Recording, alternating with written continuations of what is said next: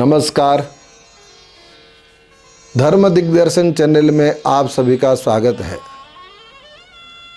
मैं हूं ज्योतिषाचार्य पंडित सुदर्शन लव पांडे।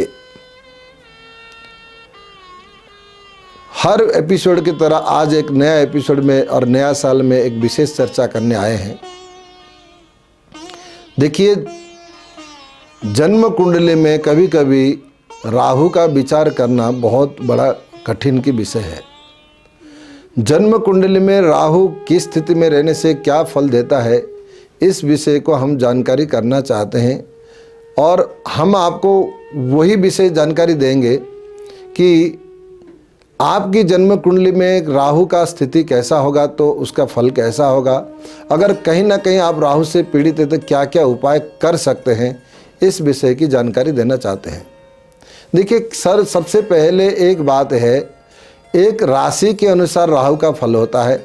जैसे किस मेष राशि से लेकर मीन राशि के बीच में, परंतु उससे अधिक लग्न के अनुसार राहु का प्रेडिक्शन अच्छा माना गया है, जो आपकी कुंडली को दर्शाता है।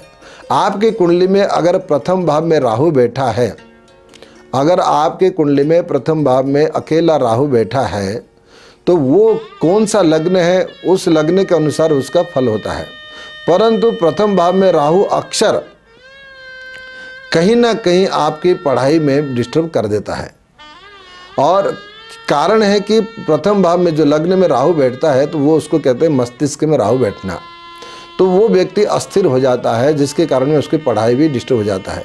और पंचम भाव, उसकी पंचम दृष्टि पंचम भाव पर, विद्या भाव के पर देख रहा है, तो कहीं ना कहीं इस कारण से भी ये बाधित करता है। और उसका जो नवम दृष्टि है, नवम भाव पर पंचम से पंचम भाव की भी विद्या विचार किया जाता है, इस कारण से विद्या।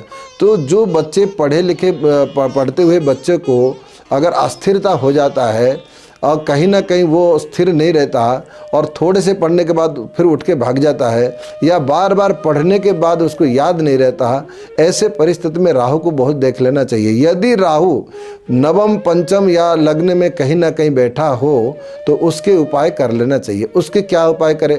देखिए, एक बात है कि अगर राहु लग्न में बैठा हो, अगर राहु लग्न में बैठा हो, उस व्यक्ति को सबसे पहला उपाय है कि एक मटका ले लेंगे, उस मटके में काले रंग की पुताई करा देंगे, जैसे बिल्कुल ब्लैक कर देंगे, या कोई बैटरी की खोखला हो उसको भी ले सकते हो। तो उसके अंदर में आपको अभ्रक डालना है और काले उड़द की जो एक हाथ मुट्ठी उसी के हाथ से डालना है, जिसका लिए उपाय कराना है। और साथ में कोयला भी उसके हाथ के एक मुट्ठी डाल देना है। और साथ में गोमेद की एक सस्ती गोमेद आता है, बिल्कुल बहुत सस्ता गोमेद आता है, एक गोमेद की रत्न भी उसमें डाल देंगे। पानी वाला नारियल एक डाल देंगे। और इसके बाद आपको उसको क्या करें कि उसको मटके को अगर आप उसको काले रंग के कपड़े में बिल्कुल बंद कर देंगे। बंद करने के बाद किसी भी बुधवार के दिन सायंकाल में नदी की धारा में जिस तरीके से पानी की बहाव है, उसी तरह मुंह करके उस मटका को पानी में बहा देंगे। तो इससे क्या होगा, उस व्यक्ति का राहु का प्रभाव तुरंत खत्म होगा। अगर इससे भी नहीं हुआ तो किसी अच्छे विद्वान को बुला के राहु का एक विंशाक्षरी मंत्र कहलाता है, वो जो महाकाल संहिता में वर्णन है, उसको अगर 20,000 जप करा दीजिए तो राहु का शांति इतना बढ़िया हो जाएगा, उसकी व्यक्ति को पढ़ाई में जो अस्थिरता है वो स्थिरता आ जाएंगे। जो कहीं ना कहीं पढ़ाई में सफलता नहीं मिलती तो उसको सफलता मिल जाएगा। तो ये हो गया लग्न का राहु। अगर पंचम भाव का राहु अगर बैठा हो किसी विद्यार्थी को, या निश्चित रूप से पढ़ाई में बाधित हो रहा हो, उसका दो कारण है। पंचम भाव में राहु बैठने के कारण से छोटी मोटी बीमारी के कारण में, या पेट से संबंधित कहीं ना कहीं उसको परीक्षा के समय में पेट से, लीवर से संबंधित समस्या आ जाती है। और साथ में उसको भाग्य साथ नहीं देता, जैसे कि इतना मेहनत करता है, एक एक नंबर से चूक जाता है, इंटरव्यू में जाता है, बिल्कुल होने वाला हो फिर भी नहीं हो पाता। ऐसे परिस्थिति में उसका भी आप उपाय कर सकते हैं। उसका उपाय करने के लिए आपको करना क्या पड़ेगा, बुधवार के दिन किसी भी एक कन्या को जो 8 साल की उम्र हो, उसकी विधिवत कन्या पूजन करा के उसको कुछ वस्त्र इत्यादि दान कर दीजिएगा। और गाय को जरूर बुधवार के बुधवार 5 बुधवार उसी के हाथ से गाय को चारा खिलाने के लिए बोल दीजिए। अगर वो कहीं बाहर है हॉस्टल में है तो उसके लिए जो अगर कन्या होगा, अगर कन्या है तो माँ करेगी, अगर पुत्र होगा तो पिता करेंगे। इन दोनों में से ये ध्यान रखिएगा। अगर कन्या बाहर है वो नहीं कर पाएंगे तो उसके लिए माँ कर दें, अगर पुत्र है बाहर है तो उसके लिए पिता कर दें। ये उपाय बहुत ज़रूरी करना चाहिए। किसी व्यक्ति के अगर नवम भाव में राहु हो तो नवम भाव में राहु होने वाला को व्यक्ति क्या होता है कि नौकरी में बहुत परेशानी आते हैं, नौकरी में या व्यवसाय में भी परेशानियां आते हैं। व्यक्ति को बार बार कोई ना कोई एक टेंशन देता है, उसके कोई बॉस परेशानी करते हैं, या व्यवसाय में कोई ना कोई अधिकारी उसको जैसे इनकम टैक्स की छापा हो या रेड हो या किसी प्रकार के एक भय बना रहता है, या आजकल राजनीतिक दल का भी प्रभाव हो के कारण में वो ढंग से व्यापार नहीं कर पाता है। ऐसे परिस्थिति में राहु का करना क्या चाहिए?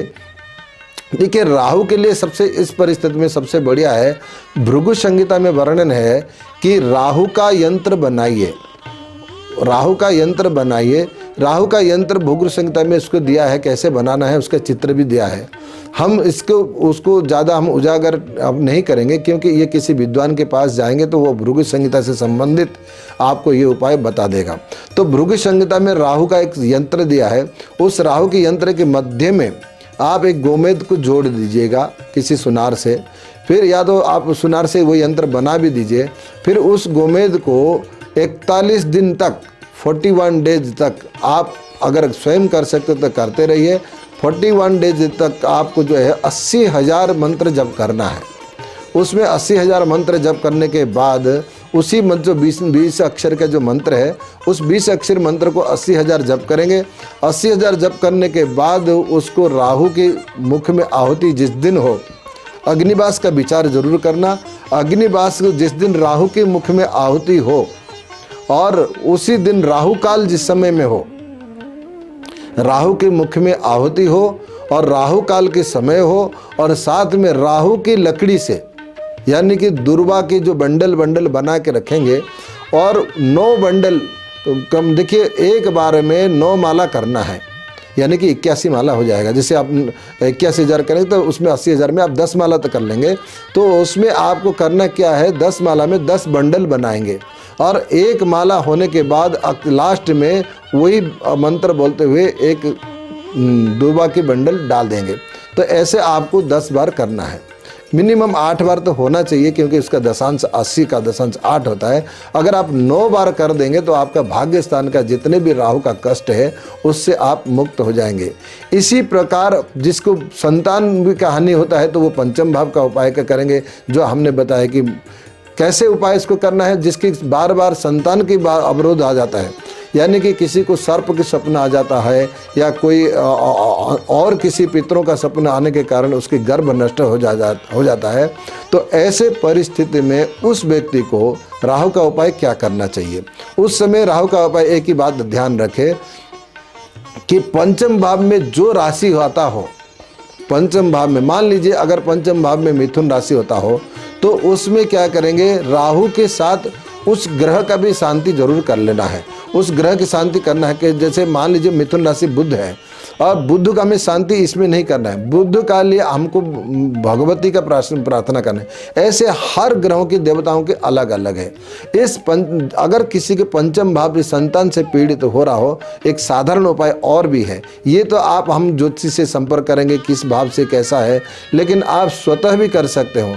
वो कैसे करना पड़ेगा, आप एक काले रंग की मटका जैसे मटका ले लेंगे, उसी मटका में आपको ये बात याद रखें, दही कम से कम दही आपकी जितनी वजन है उतनी ग्राम, मान लीजिए आप 100 किलो हो तो 1 किलो, अगर आप 100 किलो वजन है तो 1 किलो, तो उतनी ग्राम के अनुसार आप दही भर देंगे। और दही भरने के बाद उसको फिर उसमें काले रंग के कपड़े में बांध के आप किसी भी खाली ज़मीन, जो सरकार ज़मीन ही हो, जहाँ मतलब स्वयं किसी का ना हो वो ज़मीन, उसी जगह में बुधवार के दिन गाड़ देंगे तो आपको ये जो गर्भ नष्ट होने का जो पितरों के माध्यम से, सर्प के माध्यम से, वो तुरंत रिलीफ मिलेगा, आपको उस संतान प्राप्ति होगी। अगले एपिसोड में हम राहु का उपाय के साथ साथ हम केतु के भी उपाय बताएंगे। आप देखते रहिए, हमारे चैनल को सब्सक्राइब करें और अन्य लोगों को भेजें। देखिए, आपके माध्यम से अगर किसी का और अच्छा भला हो सकता है तो बहुत अच्छा रहेगा। फिर पुनः मिलेंगे फिर दूसरे एपिसोड में, तब तक के लिए आज्ञा दीजिए। नमस्कार।